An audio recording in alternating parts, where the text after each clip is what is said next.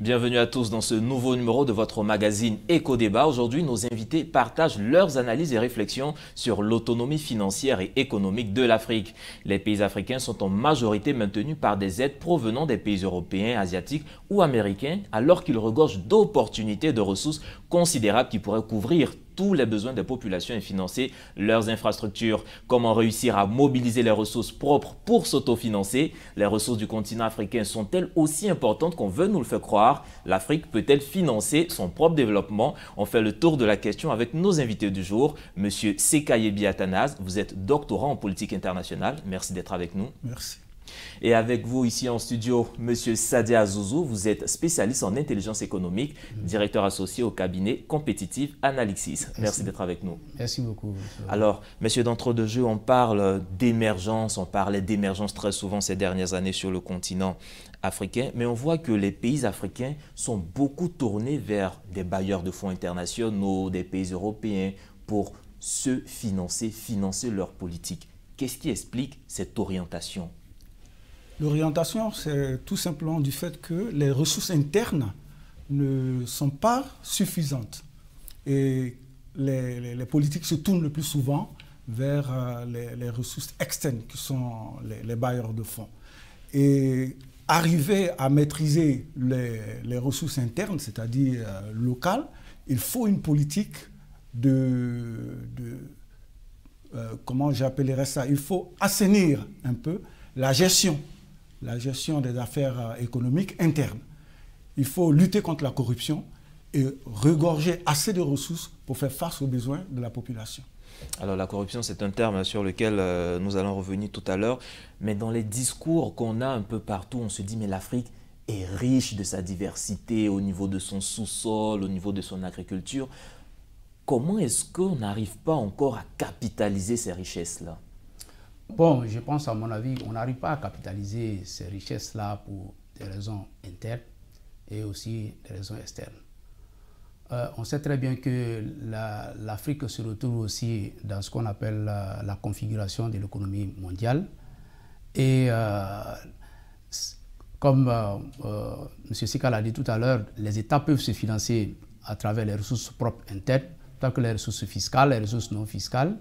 Il y a aussi les taxes douanières et bien d'autres ressources.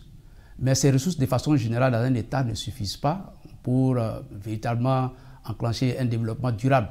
C'est pour cela que certains pays, les pays de façon générale, ont recours aux ressources extérieures, qui sont par exemple les emprunts sur les marchés des capitaux extérieurs. Il y a aussi les investissements directs étrangers. Il y a aussi un facteur très important qu'il faut souligner. Il y a l'apport aussi les flux financiers des diasporas envers les pays d'origine. Mais tout cela ne peut pas, je vais dire comme je l'ai dit tout à l'heure, il faut, presque tous les États le font. Et pour l'Afrique tout à l'heure, ce que je vais dire en ce qui concerne les ressources extérieures, il y a aussi les aides et les dons. Bon, l'Afrique a peut-être la volonté de s'affranchir des aides extérieures pour pouvoir amorcer son développement de façon autonome. Mais est-ce que l'Afrique peut? C'est une question qui est là. Parce qu'il y a différents enjeux. Les enjeux sont très importants. Les enjeux sont géopolitiques. On sait très bien par exemple, que l'aide publique au développement, qui avoisine 32 milliards de dollars, a été instituée au lendemain des indépendances pour permettre de préserver encore l'influence, garder l'influence des puissances coloniales dans les pays auxquels viennent tout juste de donner l'indépendance. Donc cela veut dire, c'est une façon de les contrôler. C'était d'abord dans le contexte de la guerre froide pour permettre de garder ces pays-là dans leur giron. Mais aujourd'hui, on sait aussi que l'aide, par exemple, peut être un moyen de pression, peut être utilisé comme un soft power, un moyen de pression, par exemple, sur les pays. Aujourd'hui, nous sommes en plein dans le débat, par exemple, sur le droit des minorités LGBT, par exemple. Mais les pays occidentaux encouragent les pays africains d'ouvrir et de moderniser leur législation en matière de loi sur les familles. En contrepartie de cela, par exemple, certaines aides peuvent leur être apportées. Donc je veux dire qu'en plus de cela, vous voyez parfois lorsqu'il y a des crises dans certains pays africains, etc., les bailleurs de fonds internationaux, par exemple, peuvent proposer des sanctions, etc., juste pour pouvoir maintenir leur influence. Et quand la tournure des choses n'arrange pas, je veux dire, leurs intérêts, parce qu'on le dit toujours, les États n'ont pas d'avis, les États ont des intérêts. Donc, pour me résumer, c'est possible de vivre avec nos ressources, enfin l'Afrique peut vivre avec ses ressources propres, mais est-ce que dans un contexte d'économie mondialisée, est-ce qu'aujourd'hui l'Afrique peut le faire? Étant entendu que nous savons très bien qu'il y a ce qu'on appelle la division internationale du travail. Dans cette division internationale du travail, l'Afrique fournit les matières premières, les pays occidentaux manufacturent ces produits, et soit sur leur sol ou bien ils les délocalisent en Asie, ils les revendent ensuite aussi dans les pays africains. Qui a intérêt à ce que ces pays-là que les pays africains puissent être indépendants? Parce que vivre sur ses propres ressources sous-tend aussi l'indépendance. Alors, il y a des personnes ou des institutions qui n'ont très certainement pas intérêt à ce que les pays africains soient économiquement indépendants. Alors, donc là, c'est un combat, on peut le dire, un cheminement politique et économique assez rude qui s'engage.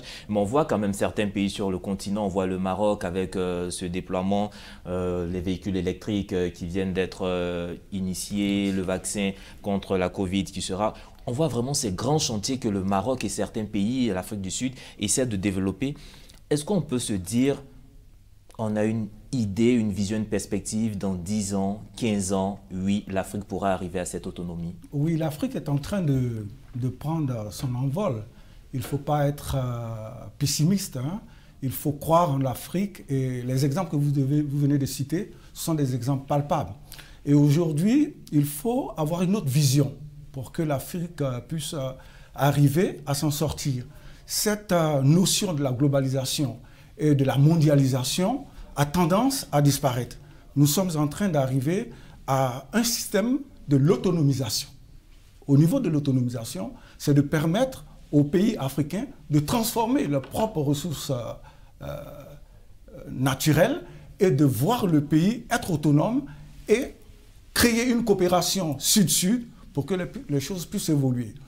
Pourquoi nous parlons d'autonomisation? L'autonomisation va permettre aux citoyens en tant que tels d'un pays d'avoir une notion de se former, d'où des investissements dans la formation, dans l'éducation, pour qu'on puisse être des monteurs d'auto, des fabricants d'auto, et d'échanger entre nous, et petit à petit de prendre le pas sur notre autonomie. Justement, toujours parlons... Oui, mais je voulais ajouter, je ne suis pas... Je ne fais pas la politique, je ne suis pas pessimiste de nature, mais je dis les choses telles qu'elles sont. Je voudrais dire tout à l'heure, parce que par rapport à ce que Soumaoro a dit, je pense que le Maroc est un cas qui devrait être utilisé, par exemple, par les autres pays africains. Voici un pays qui s'est rendu compte, à un certain moment, qui a analysé ses forces, analysé ses faiblesses, et qui, ensemble avec les experts en intelligence économique, se sont dit, bon, qu'est-ce qu'il faut faire en fonction des possibilités que nous avons au niveau de notre pays pour asseoir notre politique, pour pouvoir faire participer au développement de notre pays et pouvoir étendre cette compétence-là à travers toute l'Afrique. Et c'est ce que le Maroc a réussi à faire depuis très longtemps. Donc ils ont bien compris l'importance d'avoir capitalisé les ressources internes, c'est-à-dire les ressources immatérielles, l'expertise marocaine. Et donc c'est ce qui a permis aujourd'hui au Maroc d'entrer dans ce qu'on appelle la chaîne des valeurs internationales. Vous avez la plupart des grandes firmes mondiales aujourd'hui délocalisent dans toutes les industries aéronautiques, etc., au Maroc.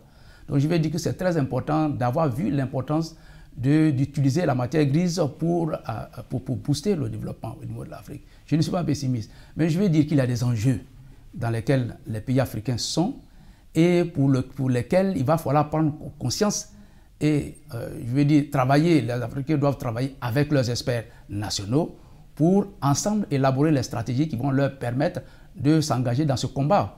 Parce qu'en réalité, les choses semblent être simples, mais elles ne le sont pas telles que certaines personnes peuvent le voir. Alors vous évoquez des expertises au niveau local, on peut le dire, mais il y a aussi cette diaspora, ces intelligences africaines qui se retrouvent de l'autre côté de l'océan, comme on peut le dire. L'Afrique a besoin de ces intelligences aussi pour se relever. Elles font partie quand même du développement financier et économique de l'Afrique. Il y a un exemple que nous donne le Sénégal, le Mali aussi. Vous avez une diaspora forte du Sénégal et du Mali qui travaillent pour rapatrier les fonds dans leurs différents pays. Nous avons des statistiques qui nous disent qu'entre 1990 et 2000, nous avons 16% de migrants africains repartis à travers le monde entier, dont 4 200 000 aux États-Unis et le reste en Europe, en Asie. Cette diaspora s'organise. Mais le problème pour la diaspora, c'est de créer non pas un fonds pour qu'ils puissent aider leurs différents pays, mais c'est de créer un système de partenariat. Donc il ne faut pas voir la diaspora comme étant un système pour drainer des fonds, mais un système pour établir un partenariat. Et vous savez qu'en matière de partenariat, ce qui prévaut, c'est la confiance. Et la plupart du temps, nos frères à l'étranger ont besoin d'être rassurés de savoir comment l'argent qu'ils vont rapatrier va être utilisé, à quel fonds cet argent-là sera utilisé.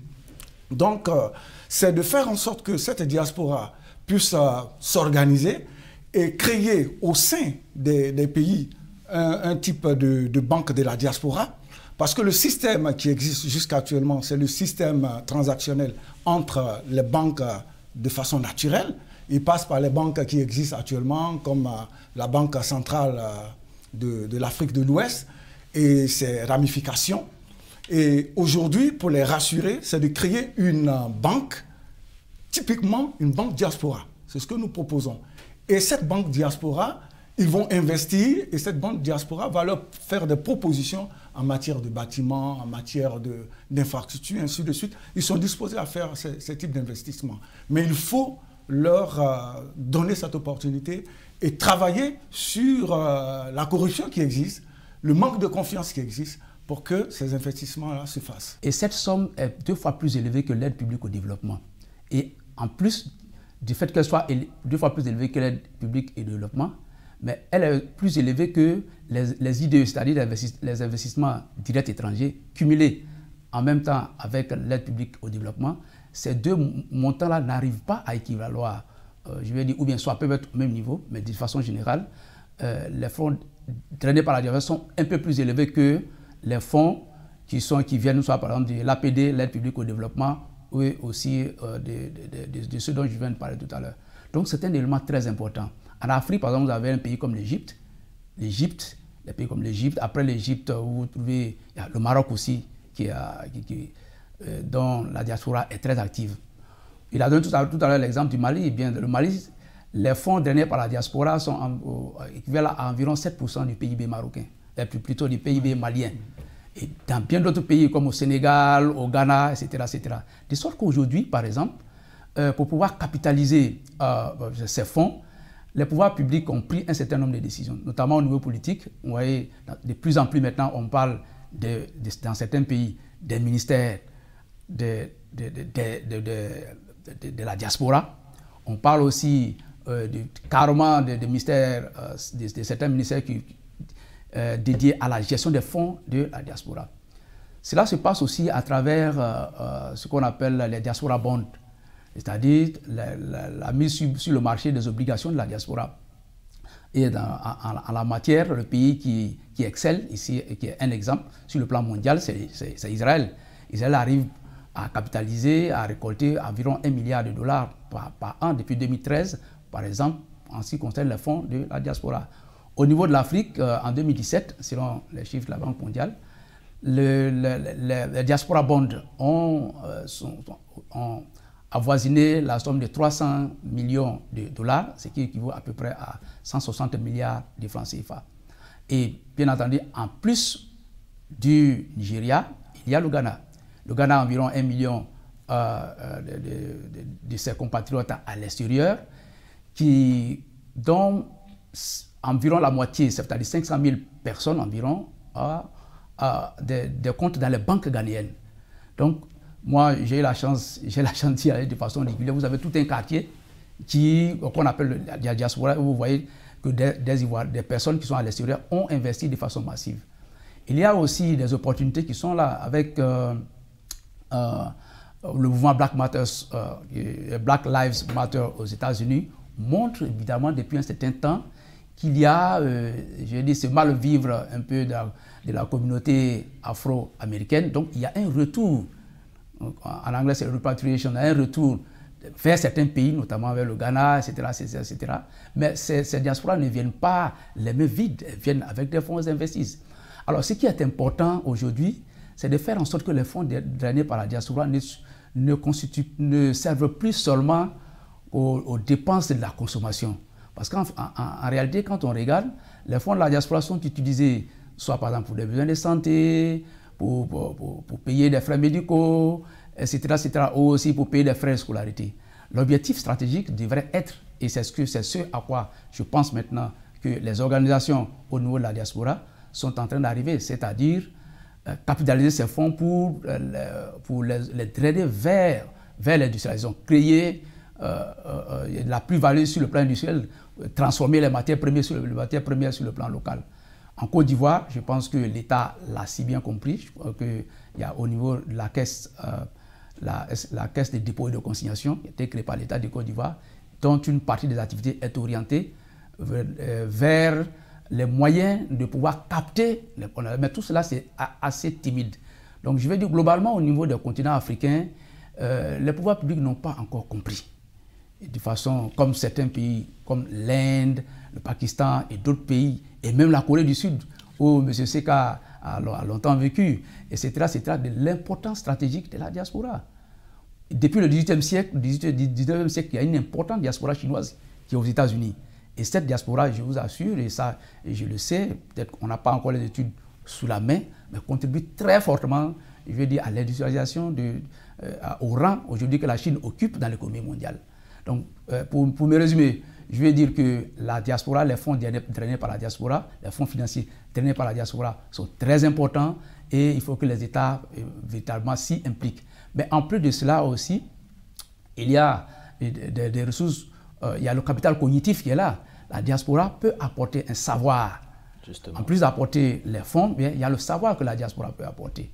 Donc, dans l'économie moderne, on parle de plus en plus maintenant de l'économie du savoir.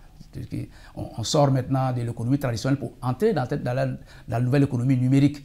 Donc, je veux dire qu'il est de bon aloi pour les pays africains d'orienter leur politique, mais de savoir comment faire en sorte que tout ce savoir qui est accumulé par ces personnes qui sont de la diaspora, qui sont des diplomates, qui ont servi dans la fonction publique internationale, qui rentrent dans leur pays, des étudiants qualifiés ou des travailleurs qualifiés qui sont dans ces pays-là, de façon qu'ils rentrent avec le savoir pour pouvoir mettre au profit du pays.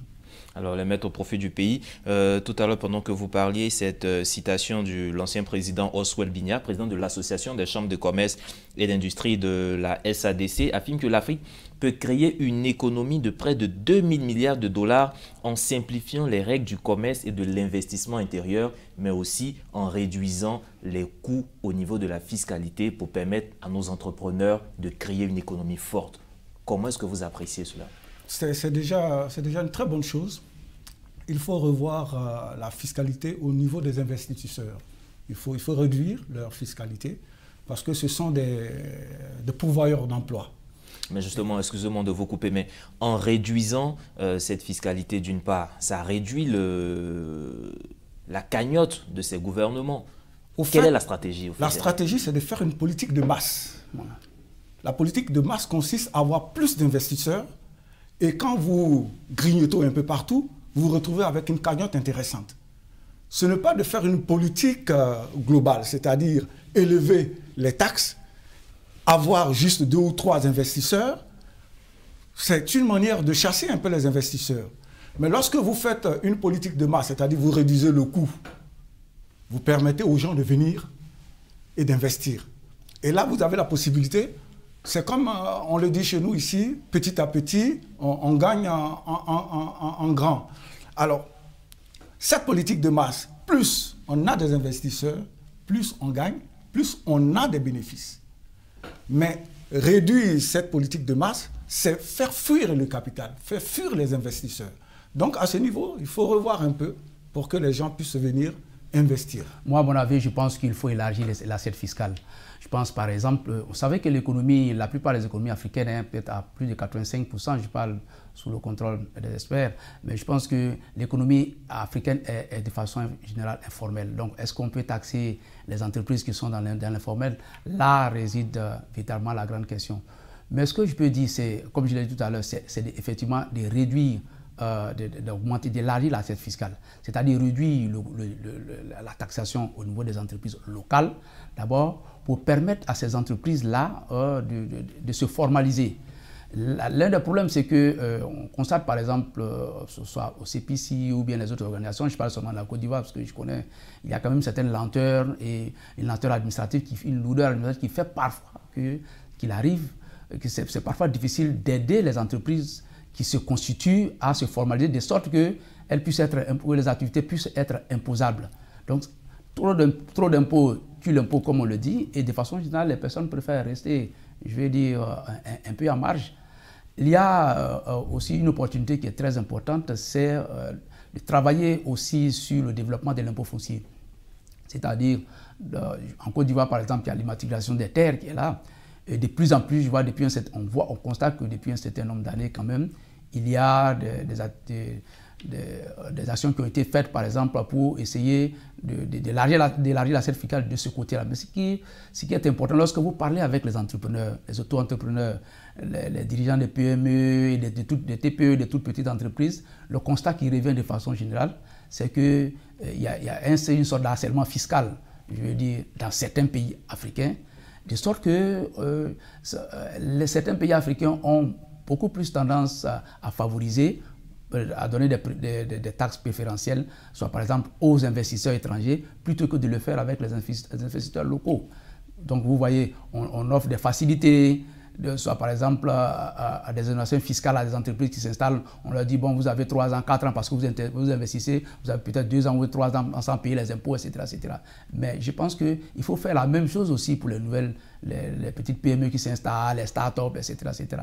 Comment pouvoir les formaliser de sorte que, je veux dire, les recettes fiscales et aussi les recettes non fiscales, dont nous avons parlé tout à l'heure, puissent être utilisées, puissent être agrégées pour aider l'Afrique à pouvoir amorcer tranquillement son développement de façon efficace. De manière efficace, tout à l'heure nous parlions plus des gouvernements, mais il y a aussi ces institutions, ces communautés au niveau de l'Afrique. Je prends l'exemple de l'Union africaine et autres. Dans nos recherches, on voit que ces institutions-là ne sont pas financées exclusivement que par les pays africains.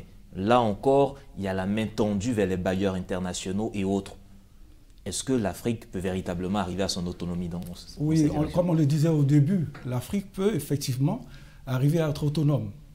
Au sein des institutions africaines, nous avons peut-être une certaine négligence au niveau des participations, des cotisations. Les gens contribuent, mais ils ne payent pas la totalité de leurs cotisations. Il serait plus intéressant que les États africains, les pays qui font partie de ces organisations-là, s'investissent et qu'ils pourvoient au budget de cette institution à 100%, ce qui est possible, et leur permettre d'être autonomes et voir que ces institutions puissent prendre des décisions pour l'intérêt de l'Afrique sans être influencées par qui que ce soit. Quand vous prenez l'exemple de gens qui sont en train d'investir dans le domaine de l'entreprise, par exemple, vous avez les actionnaires. Celui qui a plus d'actions, c'est celui-là qui a le dernier mot. Et c'est ces choses-là qu'il faut éviter au sein de nos institutions. Et si nos institutions sont financées de l'extérieur, et vous verrez que beaucoup de décisions viendront de l'extérieur. Et quand ces institutions sont financées d'une grande partie par l'extérieur, vous avez des représentants, des experts de ces pays étrangers dans nos institutions. Vous vous retrouvez même des fois dans des comités de décision où on prend un pays africain, mais une bonne partie sont des Européens. Et quand vous voyez un peu cette image, tout de suite, vous vous demandez ce qui se passe. Mais tout simplement parce que celui qui investit, il a le droit d'avoir un regard sur son investissement, de voir comment son fonds sera utilisé et où ce fonds-là va. Ça lui permet d'assurer un suivi efficace. Mais s'il n'avait pas apporté de soutien, sa présence n'existerait pas. Et donc, vous voyez que les décisions extérieures ont un impact sur nos décisions en interne parce que la plus grande partie des investissements viennent de l'extérieur. Moi, je veux dire que la main qui donne est toujours la main qui commande. Je vais dire que tout à l'heure, j'ai parlé tout à l'heure des enjeux géopolitiques qui sont très importants, qui sous-tendent ce que vous venez de dire tout à l'heure. Les pays occidentaux, les grandes puissances ne font pas les choses au hasard. Il faut dire qu'aujourd'hui, l'Afrique est au confluent, je veux dire, des positionnements géostratégiques et politiques au niveau des grandes puissances, au niveau mondial. Pourquoi? La raison est que l'Afrique aujourd'hui regorge des minéraux, des minéraux, des ressources pétrolières et d'autres ressources encore qui sont des ressources stratégiques très importantes pour la survie de l'économie mondiale. Notamment, on parle de matériaux là comme le lithium. Le lithium aujourd'hui est très important parce que nous sommes en train d'aller vers la fin des moteurs thermiques, donc avec les moteurs, on appelle ça les batteries, les véhicules et autres choses. Et nous avons aussi certains métaux comme les métaux qui sont utilisés pour fabriquer les téléphones portables qu'on extrait en Afrique, le coltan en Afrique du Sud et d'autres minéraux. Donc,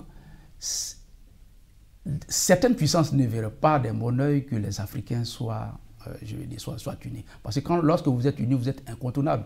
Et je ne pense pas qu'après avoir commis l'erreur, entre guillemets, après que les pays occidentaux aient commis l'erreur de permettre aux Arabes de créer l'Organisation des pays explorateurs de pétrole pour devenir lobby, je ne pense pas que cela puisse être aujourd'hui le cas. Et c'est pour cela que lorsqu'il y a des possibilités, par exemple, ces pays ne lésinent sur aucun moyen pour pouvoir étendre leur influence à travers les organisations, que ce soit les organisations sous-régionales comme la CEDEAO, comme la SADC, la SADC, etc.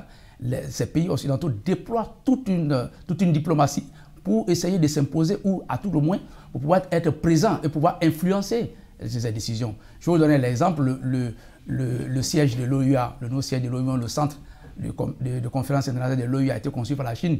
Il y avait eu par le passé des allégations d'espionnage du gouvernement chinois sur les activités de l'Union africaine. Bon, ça a été infimé ou confirmé, ça et là, c'est resté là. On n'a pas encore jusqu'à présent pu connaître la vérité en ce qui le concerne. Donc je veux le dire, en un mot commençant, ça va être très difficile. Mais à côté de ça, nous avons nos faiblesses en interne. Nous avons l'habitude, quand je parle de nous, je parle des pays africains, notamment, n'ont pas l'habitude. Vous avez dit tout à l'heure, c'est une négligence, mais je vais dire que c'est une faiblesse, effectivement, qu'en ne payant pas les redevances, ne payez pas les cotisations. Mais dès l'instant où vous ne payez pas vos cotisations pour permettre d'avoir cette autonomie et pouvoir peser dans les débats internationaux, mais vous voyez que les personnes qui n'ont pas intérêt à ce que vous soyez unis, ces personnes vont toujours influencer.